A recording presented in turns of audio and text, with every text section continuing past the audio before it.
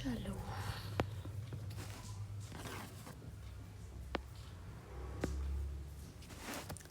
Force and Newton's law of motion. Law of motion. Force. Force क्या होता है? What is force?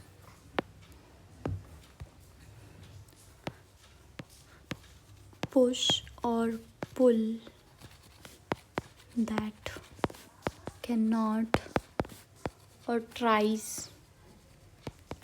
to change state of motion, direction,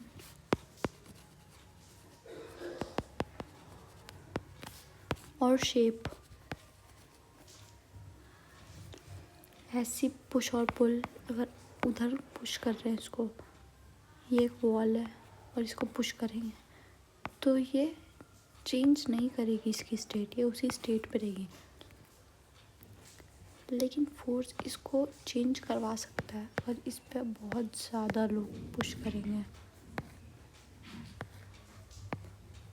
तो ये obvious बात है टूट जाएगी, तो ये इसका स्टेट छोड़ देगी.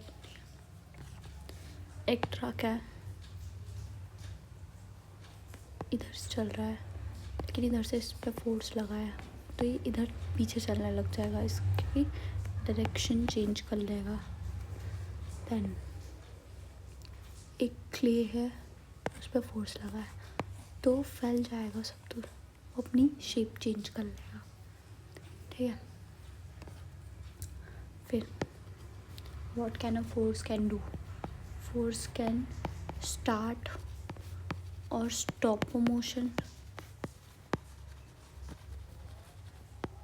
then can change speed of object,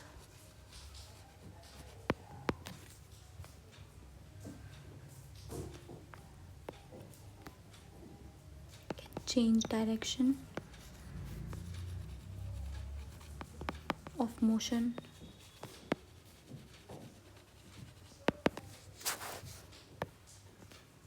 shape of object.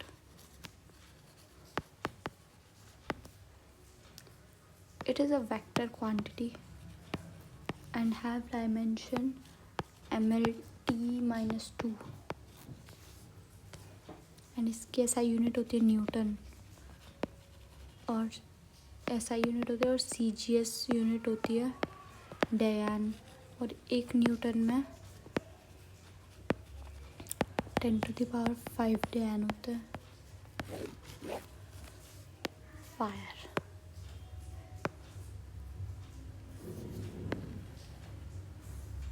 Wire.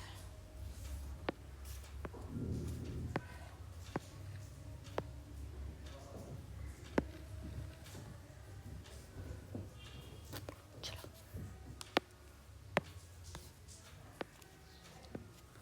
आगे बढ़ते हैं. Balance and unbalance force.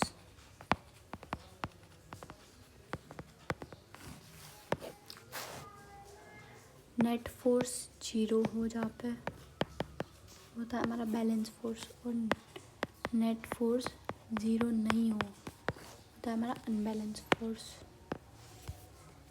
जैसे एक वॉल है, एक बॉक्स है, इसको इधर से खींचा 10 लोग और इधर से 15 लोग, नहीं 10 न्यूटन के फोर्स से और इधर 15 न्यूटन के फोर्स से, और इधर से 2 न्यूटन के फोर्स से और F न्यूटन फोर्स से और 15 न्यूटन के फोर्स. तो F की वैल्यू क्या होगी अगर ये दोनों इक्वल है तो इन दोनों का सम क्या होएगा? 0 के बराबर होगा. तो कर देते 10 + 15 + 2 + F + 15 = 0. तो F = 8 हो जाएगा. F की वैल्यू 8 के बराबर हो जाएगी.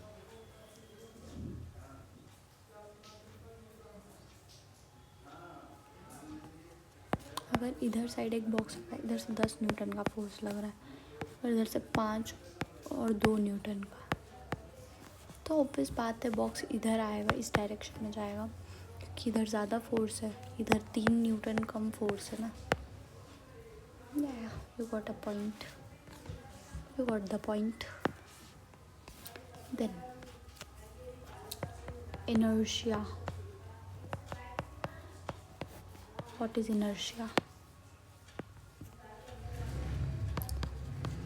Inherited property of a matter, material, body by virtue of which it remains in its state of rest or motion or of uniform motion.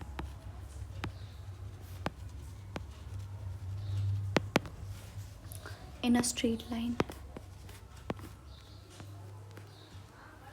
देखो,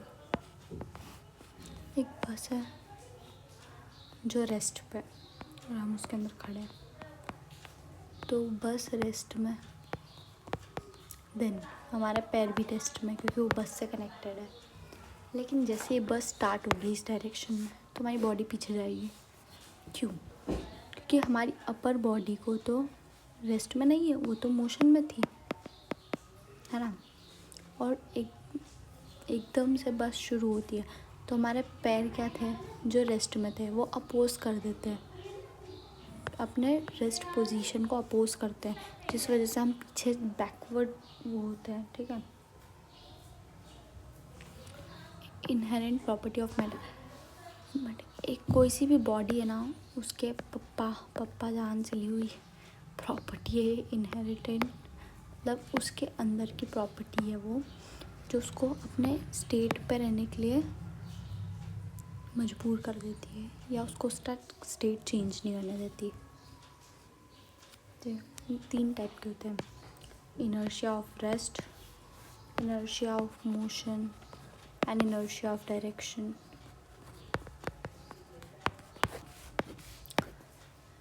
ऐसी प्रॉपर्टी जो उसको अपनी रेस्ट पोजीशन से चेंज नहीं करने देती है, ऐसी जो मोशन में रहने देती है, एंड ऐसी जो डायरेक्शन चेंज नहीं करने देती है उसका,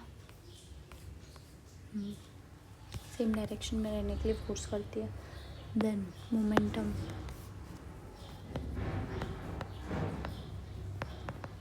momentum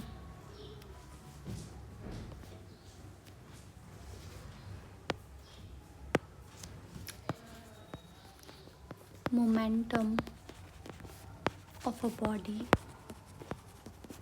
is quantity of motion possessed by the body.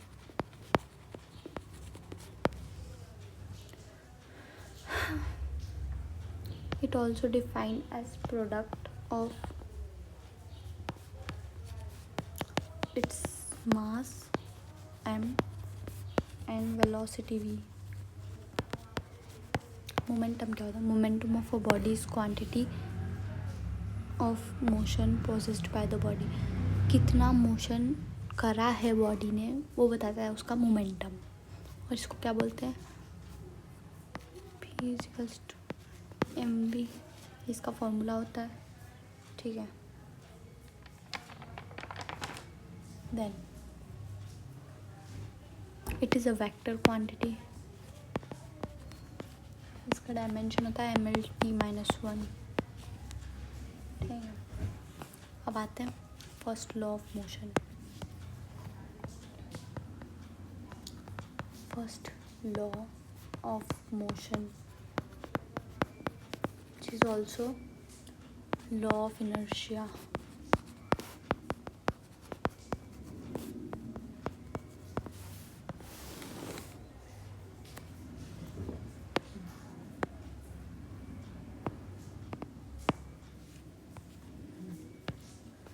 every body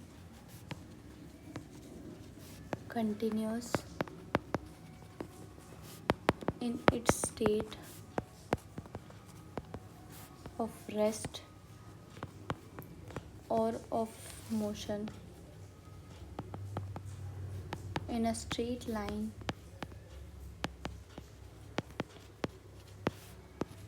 until unless it is complete by some external force to change the state. इसका मतलब है कि एक बॉडी है, तो अगर वो रेस्ट में है तो वो रेस्ट में ही रहेगी अनटिल एंड अनलेस, जब तक उस पर एक फोर्स नहीं लगा देते। जैसे तुम नहीं पढ़ रहे हो, तुम पढ़ नहीं रहे हो, तो तुम नहीं पढ़ते रहोगे जब तक तुम्हारी मम्मी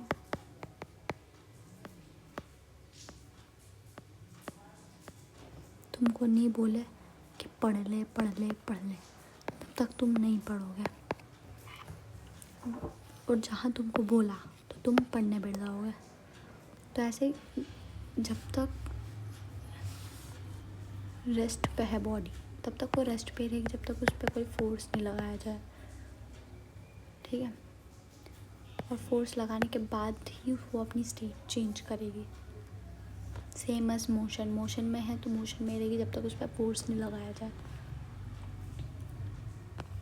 दिन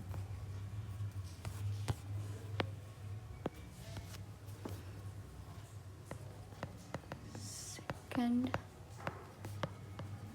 law of motion,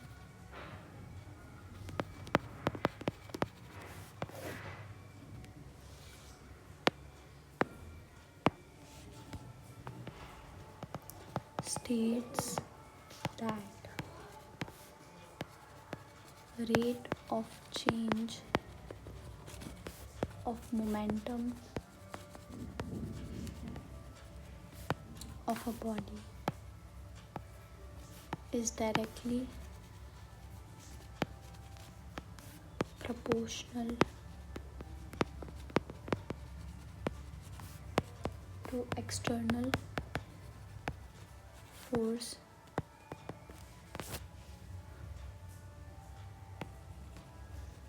applied, and the change takes place in direction of applied force। क्या बोल रहा है कि जो rate of change of momentum है, force directly proportional to PV. अब देखो इसका डेरिवेशन होता है, यहीं से अपनी F इजिकल्स टू एम है वैल्यू निकलती। कैसे निकलती? पी क्या बोला है, change rate of change of momentum, तो P V minus P U upon T. P common लेंगे अगर यहाँ से, ये डायरेक्टली प्रोपोर्शनल एफ के है ना, तो v minus u upon t, और ये फर्स्ट इक्वेशन से ए के बराबर है। F equals to p m है ना।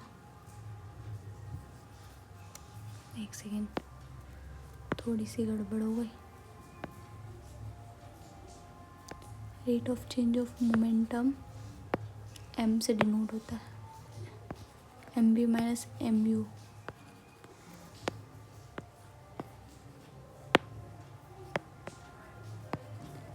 देन अगर प्रोपोर्शनल का साइन हटाएंगे तो कांस्टेंट लगेगा, और इस कांस्टेंट की वैल्यू होती है 1 के बराबर, तो एफ इजिकल्स टू एम है।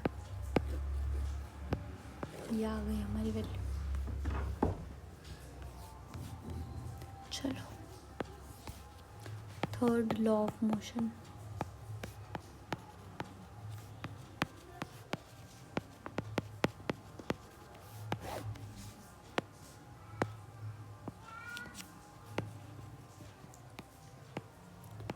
for every action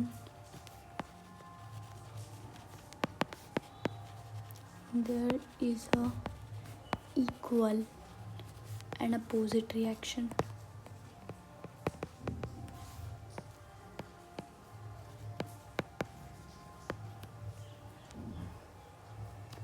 वो सबको ही याद होता है।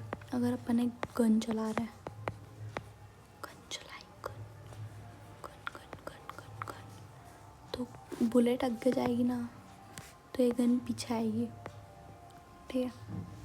अगर तुम किसी के मुंह पे चाटा मारोगे, चाटा मारा, चाटा चाटा चाटा चाटा, तो उसका मुंह तो लाल होगा ही, तुम्हारा हाथ भी लाल होगा, समझे? समझ गए? चलो आगे बढ़ते हैं।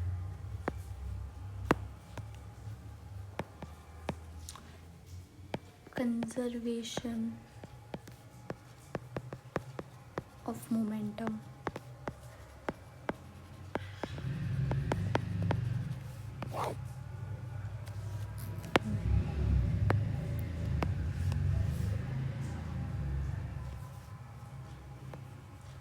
In absence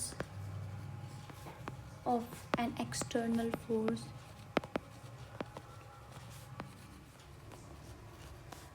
the total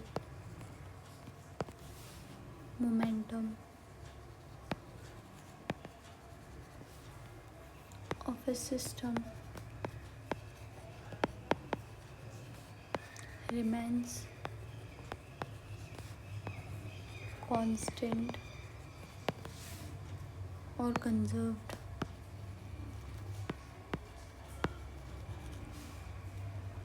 and does not change with time.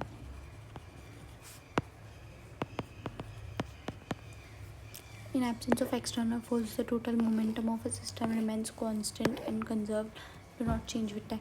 अरे किसी एक्सटर्नल, अगर जब तक एक बॉडी पे जब तक तुमको नहीं बोलेंगे कि पढ़ो, तब तक तुम नहीं पढ़ो, और ना तुम मतलब तुम्हारे साथ कैसा होगा कि हाँ हम तो फ्री है भाई, हमको कोई टेंशन नहीं है, यस।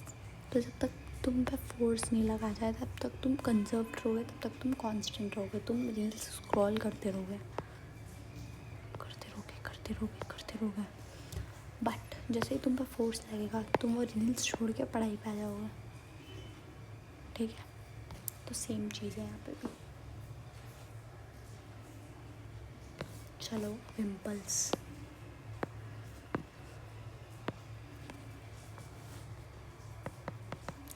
इम्पल्स इम्पल्स क्या होता है? The measure of action of a large force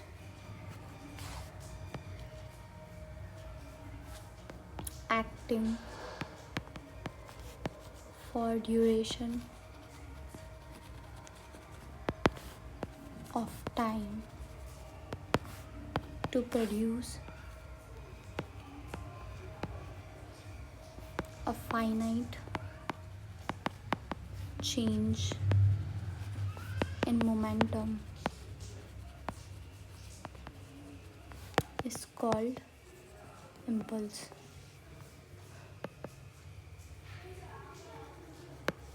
तो ये क्या होता है? Impulse is equals to average force into time, और इसकी SI यूनिट होती है Newton second. What apparent weight?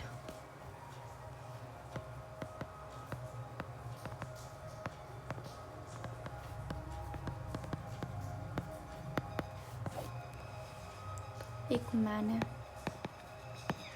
जो सबसे पहले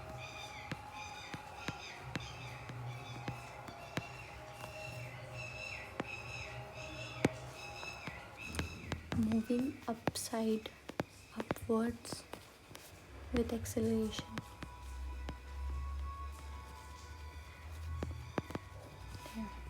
फिर दूसरे केस में वो moving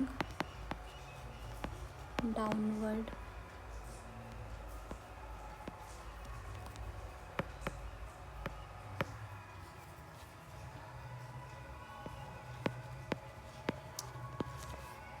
with acceleration. Then moving with uniform acceleration.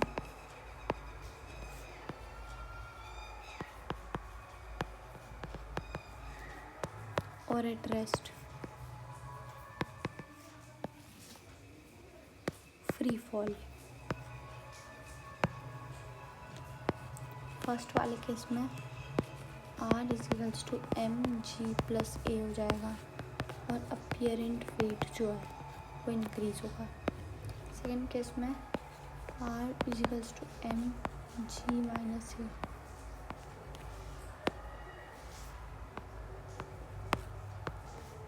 Apparent weight decrease होगा.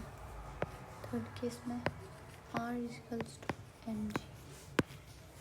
अपियरेंट वेट इक्वल रहेगा एक्चुअल वेट के.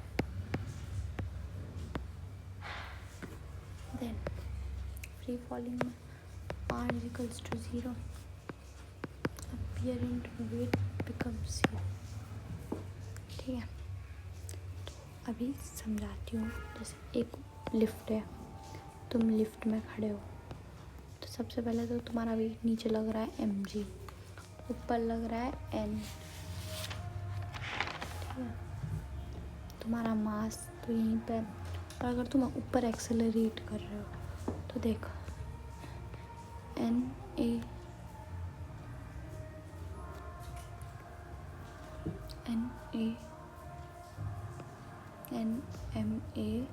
इक्वल्स टू mg लग रहा है, क्योंकि m भी तो है ना यहाँ पे. तो क्या हो जाएगा, क्या होएगा क्या होगा.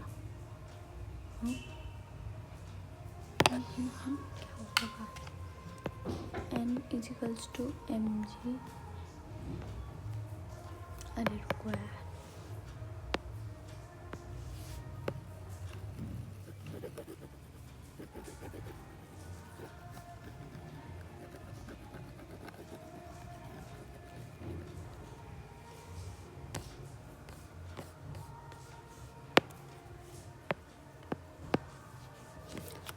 तुम एक लिफ्ट में खड़े हो, तुम्हारा मास लग रहा है m, ऊपर एक्सेलरेशन जा रहा है a, ऊपर क्या लगेगा नॉर्मल और नीचे mg. ठीक है, तो n माइनस mg हो जाएगा ma के बराबर, है ना. तो n equals to ma plus mg. m अगर कॉमन ले ले तो g plus a equals to m, है ना. तो वेट इंक्रीज हो रहा है यहाँ पर. देन अगर ये हमारा वेट लिफ्ट है, यहाँ पर हमारा वेट m है, ऊपर नॉर्मल रिएक्शन लग रही है, नीचे लग रहा है mg और नीचे एक्सेलरेशन चल रहा है, तो क्या हो जाएगा mg माइनस n हो जाएगा, क्योंकि अब नीचे हो रहा है ना एक्सेलरेशन, और ये किसके ma के बराबर हो जाएगा. Then mg minus ma equals to n. तो n equals to m g minus a. यहाँ पे वेट डिक्रीज होगा. अब देखो, तुम एक लिफ्ट में वापस खड़े हो, ठीक है, और m वेट लग रहा है, और तुम ऊपर और नीचे दोनों v कांस्टेंट के साथ जा रहे हो. वेल, और फोर्स 0 है, तो ऊपर क्या लगेगा n और नीचे mg. तो n यहाँ पे mg के बराबर हो जाएगा और वेट बिल्कुल इक्वल रहेगा मास के. ठीक है, अब आगे बढ़ते हैं.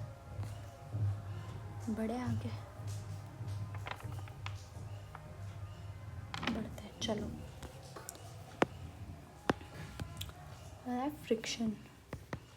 फ्रिक्शन क्या होता है?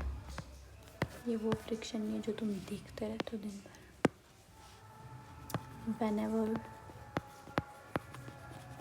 a body moves or tends to move over the surface of another body,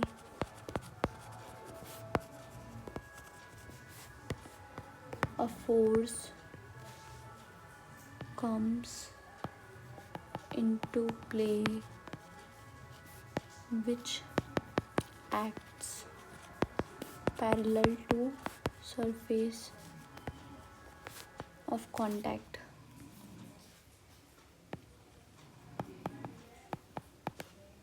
And oppose the relative motion. The opposing force is called friction.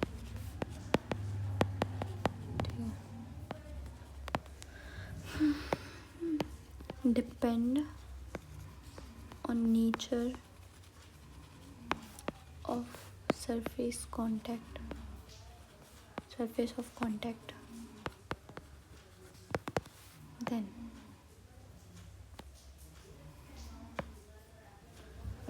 independent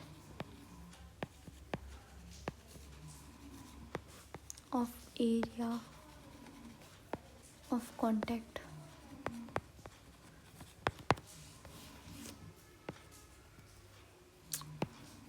directly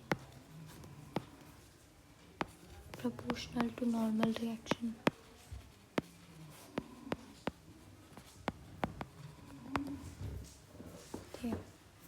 अब एक सरफेस है, इस पे एक बॉक्स है. बॉक्स हमेशा टेढ़ा क्यों बनता है मेरा? लेकिन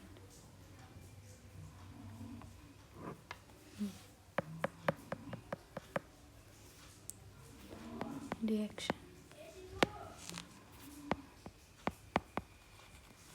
ये हमारा सरफेस है. सरफेस भी स्ट्रेट बनाऊंगी. ये हमारी बॉक्स है सरफेस के ऊपर.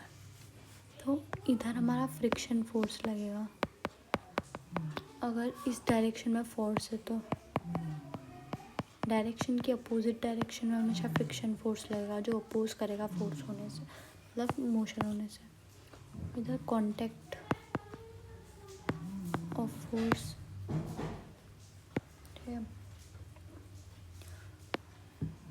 ये कितने प्रकार के होते हैं?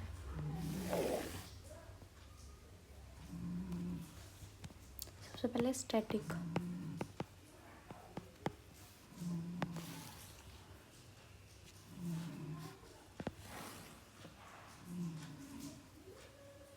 Then kinetic.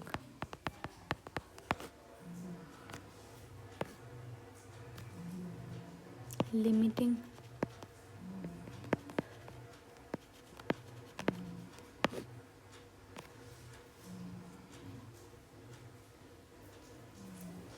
पहले स्टैटिक की बात होती है रेस्ट की पोजीशन में. काइनेटिक की होती है मूविंग की स्टेट में.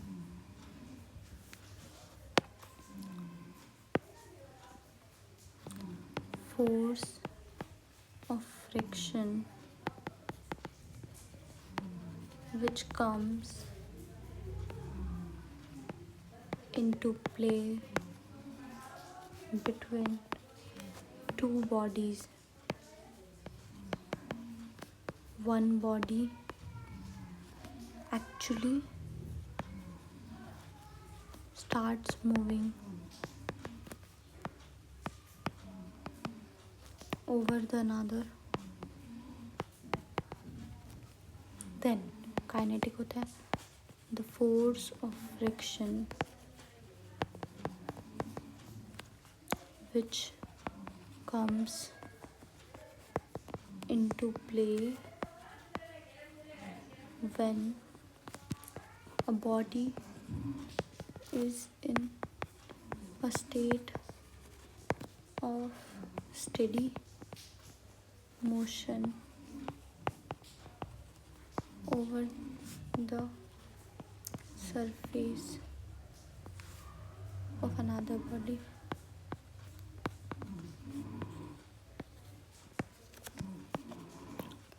Maximum force of static friction which comes into play when a body just starts moving over surface of another body.